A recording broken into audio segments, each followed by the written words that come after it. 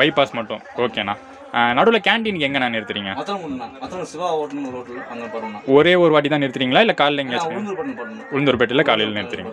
சரிண்ணா. வண்டி வந்து மேக்ஸிமம் எவ்வளோண்ணா போகும்? 90 போகும். ஓகேண்ணா, ரொம்ப நன்றிண்ணா எனக்கு பேட்டி கொடுத்ததுக்கு.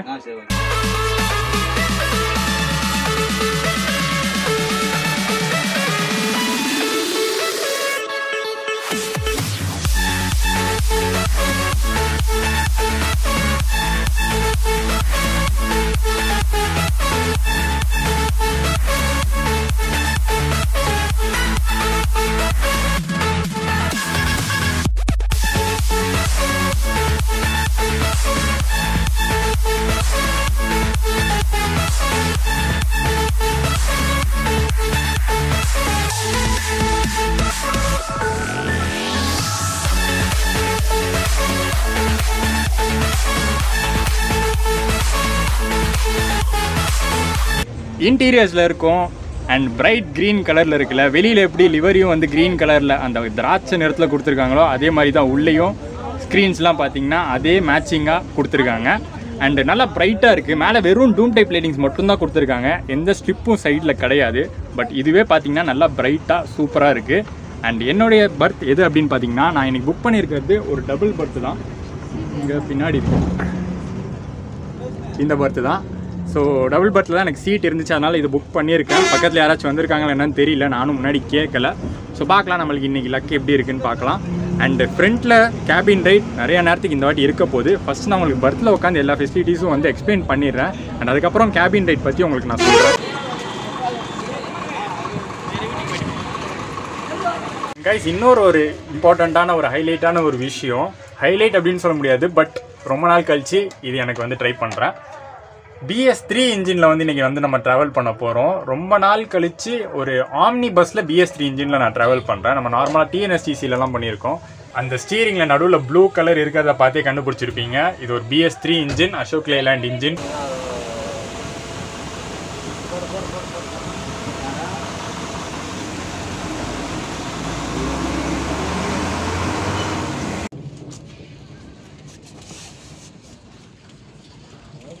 அண்ட் சீட்டுக்கு வந்து செட்டில் ஆயாச்சு கைஸ். அண்ட் பார்த்தீங்கன்னா லைட் ரொம்ப டிம்மாக இருக்கிறதுனால வெளியில் இருக்கிற லைட்டும் நம்மளுக்கு வரதில்லை. அண்ட் ரீடிங் லைட்டும் கொஞ்சம் டிம்மாக தான் இருக்குது, அதனால தான் நான் வந்து ஃப்ளாஷ் யூஸ் பண்ணி பேசிகிட்டு இருக்கேன். ஓகே, இந்த பர்த்தில் கொடுத்துருக்கிற அமெனிட்டிஸ் எல்லாம் பார்க்கலாம். ஒரு நான்-ஏசி ஸ்லீப்பருக்கு ஒரு சில பேசிக் அமெனிட்டிஸ் ப்ராப்பராக இருக்கணும், அதெல்லாம் ப்ராப்பராக இருக்கா, நல்லா ஒர்க் ஆகுதா அப்படிங்கிறத வந்து ஒன்று ஒன்றா பார்க்கலாம்.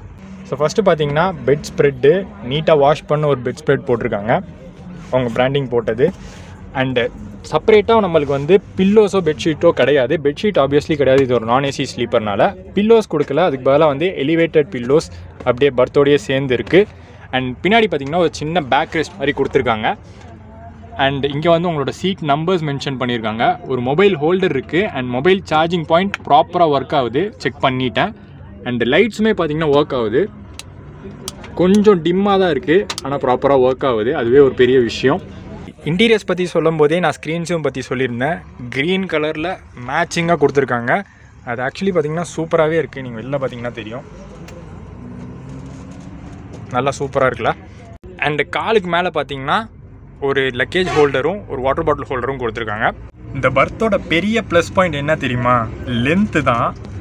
செம்ம அடிக்குவேட்டாக இருக்குது. உங்களுக்கு தெரியுதா என்னன்னு தெரில, இருட்டில் வந்து உங்களுக்கு தெரிய வாய்ப்பு இல்லை, பட் நான் என் வாயால் சொல்கிறேன், சூப்பர் அடிக்குவேட்டாக இருக்குது. நீங்கள் என்னோட ஹைட்டாக இருந்தாலும் தாராளமாக செம்ம கம்ஃபர்டபுளாக படுத்துட்டு வரலாம்.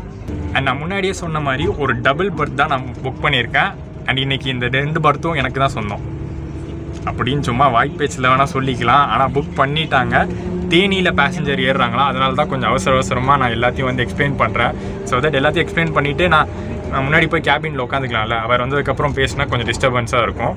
அண்டு மற்றபடி ஏதோ சொல்லணும்னு நினச்சேனே, திருச்சி கேபின் ரைடு பற்றி சொல்லும்போது திருப்பி இன்னொன்று ஞாபகம் வருது. திருச்சி வரைக்கும் நான் வந்து கேபின் ரைட் பண்ண போகிறேன். அதாவது இந்த அமெனிட்டிஸ் எல்லாம் ஃபெசிலிட்டிஸ் எல்லாம் சொல்லி முடிச்சுட்டு ஃப்ரெண்டுக்கு போக போகிறேன். அண்ட் அங்கேருந்து ஸ்டார்ட் பண்ணி மேபி தேனியிலேருந்து ஸ்டார்ட் பண்ணி திண்டுக்கல் திருச்சி வரைக்கும் கேபின் ரைட் பண்ண போகிறேன். அந்த சமயபுரம் டோல் வரைக்கும் கேபின் ரைட் பண்ண போகிறேன். அண்ட் அதுக்கப்புறம் ஒரு 3 to 4 hours நல்லா தூங்கணும்.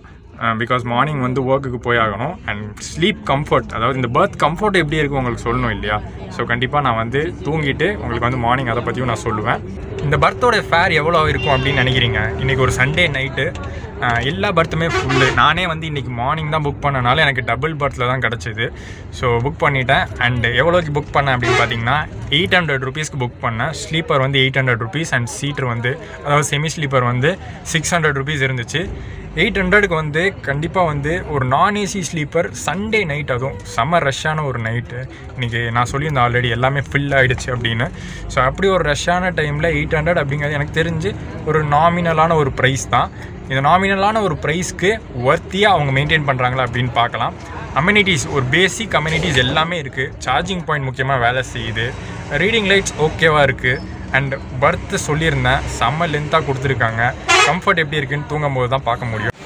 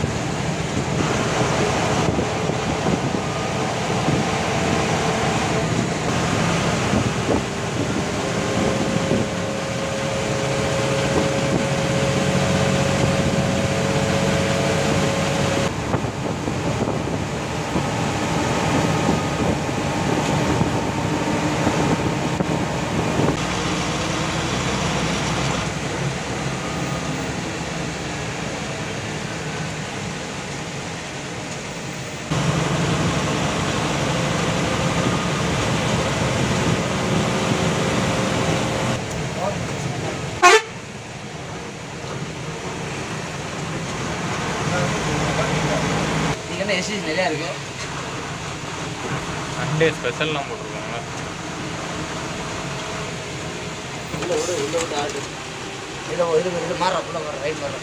அண்ட் காய்ஸ் பார்த்தீங்கன்னா அண்ணன் இன்டர்வியூலேயே சொன்ன மாதிரி இங்கே வத்தலக்குண்டில் வந்து சிவா ஹோட்டல் அப்படிங்கிற இடத்துல தான் வந்து டின்னருக்கு நிறுத்தியிருக்காங்க. இந்த ரூட்டில் போகிற ஆல்மோஸ்ட் எல்லா வண்டியுமே பார்த்தீங்கன்னா ஃபுல்லாக இங்கே தான் நிற்கிது. எஸ்சிடிசிலேருந்து ஆம்னி பஸ் வரைக்கும் எல்லாமே இங்கே தான் நிற்கிது. அண்ட் வத்தலக்குண்டு நம்ம ஏரியா. சரி, ஃபஸ்ட்டு போயிட்டு சாப்பிட்டுட்டு ரெஸ்ட் ரூம்ஸ்லாம் யூஸ் பண்ணிவிட்டு அதுக்கப்புறம் வந்து எப்படி இருந்துச்சுன்னு சொல்கிறேன்.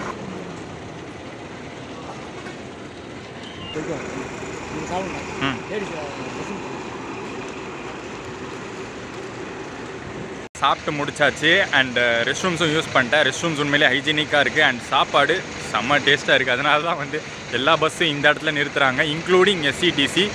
அந்தளவுக்கு ஒரு பாப்புலரான ஒரு பிளேஸு. எத்தனை பஸ் நிற்கின்னு நீங்களே பாருங்களேன்.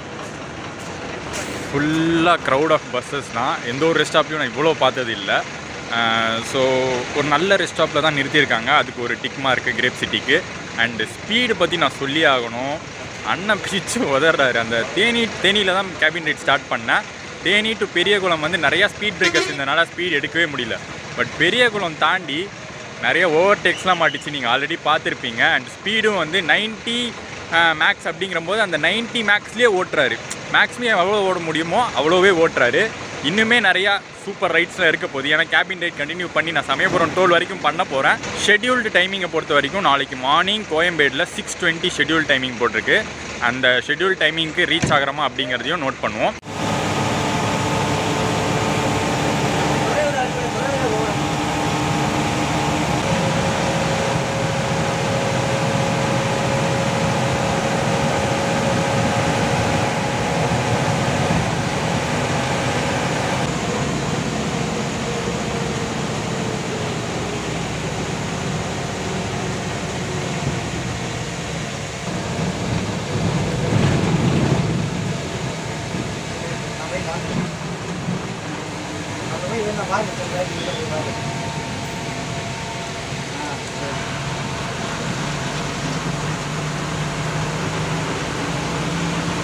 அப்படியே திருச்சி விட்டாலும் திருச்சியில் வந்து விட மாட்டாங்க, நம்பர் டோல் விட மாட்டாங்க.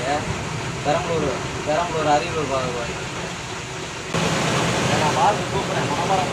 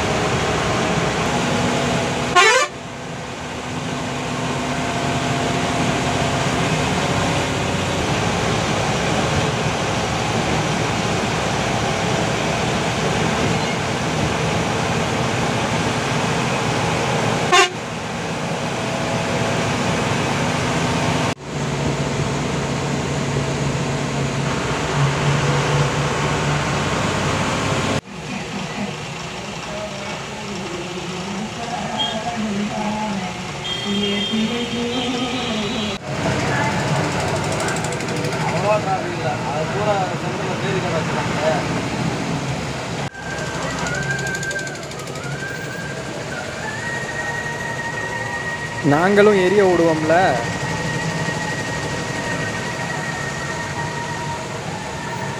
போலீஸ்காரங்க நின்றுக்கிட்டே இருந்தோம்னா பார்த்துக்கணும் வண்டி போயிட்டு.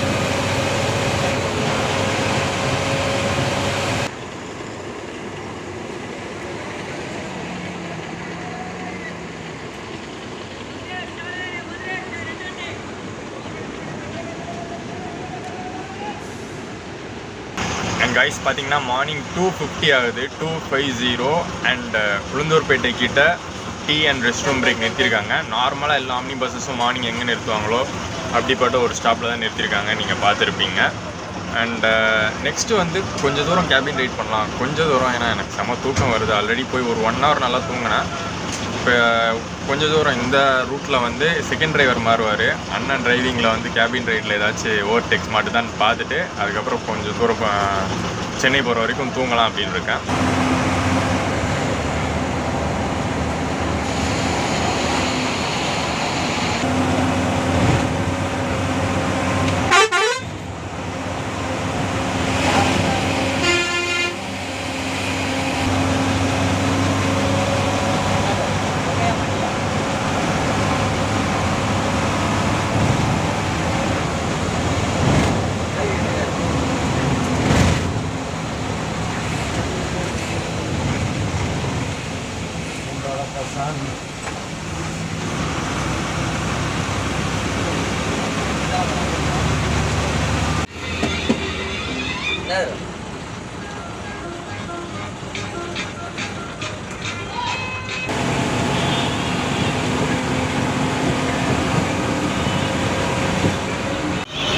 கைஸ் 6:15 ஆகுது. கிண்டி கத்திப்பாராவை தாண்டி போயிட்டுருக்கோம். எல்லாத்தையும் விடுங்களா, இவங்க எப்படி டைமிங்கை மெயின்டைன் பண்ணாங்கன்னு தான் தெரில. ஏன்னா நைட்டு பார்த்துருப்பீங்க சமயபுரத்தில் வந்து எவ்வளோ டிராஃபிக் ஆச்சு அப்படின்னு சொல்லி. பட் அவ்வளோ டைமிங்கை வந்து மெயின்டைன் பண்ணி இப்போ 6:15க்குலாம் கிண்டி வந்தாச்சு. இன்னும் கொஞ்சம் நேரத்தில் கோயம்பேடு போயிடும். கோயம்பேடு ரீச் ஆகும்போது டைமிங் சொல்கிறேன். ஸோ டைமிங்கில் வந்து ரொம்ப பக்காவாக இருக்காங்க. அப்படி பார்த்துருந்தா அந்த டிராஃபிக் இல்லாமல் இருந்தால் பிஃபோர் டைமே கூட வந்திருக்கலாம், சான்சஸ் இருக்குது. ஸோ அந்த அளவில் வந்து பர்ஃபெக்ட் பண்ணிட்டாங்க. டைமிங்க்கு வந்து இறங்கணும்னு நினச்சிங்கன்னா கண்டிப்பாக வந்து கிரேப் சிட்டி வந்து ட்ரை பண்ணுங்கள். நான் கோயம்பேட்டில் இறங்கிட்டு உங்களுக்கு வந்து ஃபைனல் ரேட்டிங் ரிவ்யூ சொல்கிறேன். தேங்க்ஸ்ண்ணா.